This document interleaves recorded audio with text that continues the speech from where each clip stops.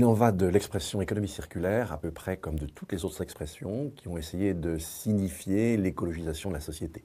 En fait, cette écologisation, elle est en quelque sorte relativement mal vue et donc la stratégie, c'est souvent d'adopter un terme, de lui donner un sens relativement élastique. Par exemple, comme le développement durable, on aussi entre durabilité faible et durabilité forte. On a aujourd'hui la même chose avec la transition, c'est assez classique et on va le retrouver avec l'économie circulaire. C'est-à-dire qu'on va lui donner des acceptions relativement différentes. On va passer d'une certaine forme de mollesse à quelque chose de beaucoup plus exigeant.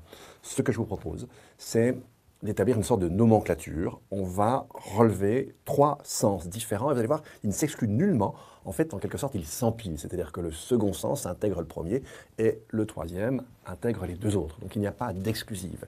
Et si on s'arrête au niveau 1, de toute façon, c'est déjà une étape. Elle sera nécessaire pour passer au niveau 2. Donc le premier sens de l'expression, économie circulaire, c'est lorsqu'on s'arrête sur le plan des objets qu'on peut produire, sur le plan de la manière de les produire, du site de production. Là, on va faire un certain nombre d'efforts, vous en avez entendu un certain nombre, mais évidemment, si on s'arrête là, et si en quelque sorte ces produits, parce que par exemple, ils vont utiliser moins d'énergie, peut-être moins de matière, pour par là même devenir moins chers, donc favoriser leur accès au marché, favoriser leur achat, et là vous le savez très bien, on tombe sur ce qu'on appelle l'effet rebond. Donc en fait, une économie circulaire, ça ne peut pas se mesurer à l'échelle d'une entreprise isolée ou à l'échelle d'un bien qu'on produit. Une économie circulaire, ça suppose que l'on prenne en considération l'ensemble des flux dans une société, et comme vous l'avez vu avec François Gross précédemment, eh bien vous savez et vous l'avez entendu qu'au-delà d'un certain taux de croissance pour la consommation d'une matière donnée, c'est-à-dire au-delà de 1%, eh bien, en fait, la partie qu'on va recycler sera très très petite, une fois qu'on l'a réintroduit après un séjour plus ou moins long dans l'économie, par rapport à la part et au volume qu'on consomme alors. Et vous en souvenez, eh bien, si on excède un taux de croissance de 1%, le recyclage ne permet que d'épargner une infime partie des ressources. Donc, passer une économie authentiquement circulaire, c'est passer de ce niveau micro, déjà un premier niveau macro, on va prendre en compte les flux dans l'ensemble d'une société et on va se dire qu'au-delà d'un certain seuil de croissance, d'un certain taux de croissance, eh bien, on n'est pas dans une économie circulaire, en dépit de tous les efforts qu'on peut faire à l'échelle en dessous. Donc là, on reste dans l'économie authentiquement circulaire et on ne prend en compte que la consommation d'une ressource et le fait que, eh bien, en fait, on va pouvoir tourner, en gros, grosso modo, sur une certaine forme de stock avec des extractions relativement faibles. Ça, c'est très important, c'est déjà un seuil énorme, il faudrait déjà atteindre ce second niveau de l'économie authentiquement circulaire, mais on peut le coiffer en quelque sorte d'un troisième plan, d'un troisième niveau, et là, on va parler d'économie permacirculaire. On ne va pas, à partir de ce moment-là, se contenter de regarder qu'effectivement, on extrait peu, on vise sur un stock, on va considérer les choses de façon plus large, on va réintégrer nos activités économiques à l'intérieur du système Terre, et on va alors tenir compte des limites planétaires. Et comme vous le savez, ce qui fait que nous les avons franchis, pour 4 d'entre elles, eh bien, c'est le volume de nos activités, et plus exactement, le volume des flux de matière et d'énergie sous-jacents. Et donc là, évidemment, le problème, ce n'est pas simplement de tourner avec le même flux, c'est de redescendre les flux, de redescendre aussi la démographie, d'être attentif à l'ensemble de nos interactions avec le système Terre.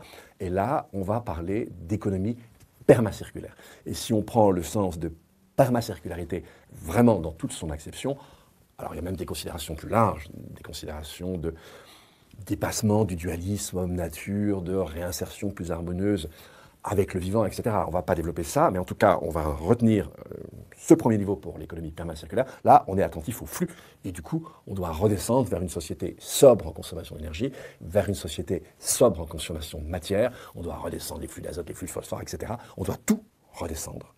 C'est une entreprise assez difficile qui va exiger un temps relativement long, mais c'est ça qu'on appelle le plan de l'économie permacirculaire.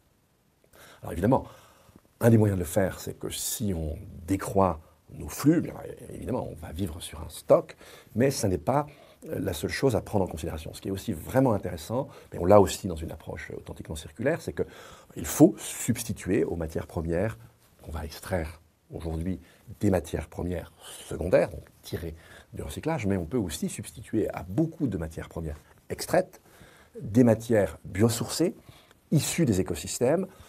L'ingénierie écologique a fait ces dernières décennies des progrès gigantesques. Il y a énormément de biens que l'on peut remplacer par des matériaux biosourcés qu'on va tirer des écosystèmes. Alors évidemment, il faut qu'ils soient cultivés d'une façon agroécologique pour ne pas perdre d'un côté ce qu'on gagne de l'autre. Ça, c'est un aspect aussi très important, déjà d'une économie authentiquement circulaire, mais plus encore d'une économie permacirculaire. Et quelques mots encore sur la question d'une économie permacirculaire. Là, on sort de l'idée qu'on peut comprendre l'économie en quelque sorte toute seule. On sort de l'idée que c'est une strate de la société relativement indépendante des autres. Bien sûr, pour se donner un objectif d'une planète, grosso modo, vous imaginez bien que ça exige de repenser l'ensemble de la société, que cela exige d'envisager la façon d'établir ces objectifs de façon démocratique. Et puis, derrière, c'est vraiment une sorte de paradigme différent où on dépasse ce qui a caractérisé la civilisation moderne. Et on voit arriver ça vers la fin du XVIe, le début du XVIIe siècle. C'est l'idée d'avoir des êtres humains qui sont totalement indépendants des autres êtres naturels, qui n'ont aucun compte à leur rendre et qui peuvent faire en quelque sorte leurs affaires en détruisant tout le reste. On sort évidemment de ce dualisme. C'est simplement pour vous montrer la perspective plus large de ce qu'on appelle une économie permacirculaire. Ça consiste à revoir l'ensemble du fonctionnement de la société pour que précisément l'économie puisse démocratiquement devenir permacirculaire. Nous avons indirectement au début critiqué le développement durable. Cela dit, les fameux objectifs du développement durable des Nations Unies ont en quelque sorte relancé cette notion. Alors, on va simplement pointer certaines critiques qu'on peut émettre à l'égard de ces ODD. Ça ne veut pas dire qu'il faut en quelque sorte les jeter aux oubliettes, mais il faut quand même savoir que leur harmonie avec une économie, par exemple, authentiquement circulaire n'est pas du tout évident. Est-ce qu'on peut atteindre les ODD avec un taux de croissance qui ne dépasserait pas pour certaines matières 1%? C'est en tout cas une question qu'on peut se poser. Pour la permacircularité, la question se pose de façon encore plus vive. Première critique qu'on peut faire à l'égard des ODD, c'est qu'on ne s'est pas soucié de leur harmonie mutuelle. Est-ce qu'ils sont tous compatibles les uns avec les autres? Mais surtout, ce sur quoi je voudrais attirer votre attention, c'est qu'en fait, évidemment, les ODD ont été conçus indépendamment les uns des autres, je viens de le dire, mais surtout indépendamment de toute question de système Terre et de limites planétaires. Et là, c'est un défi énorme.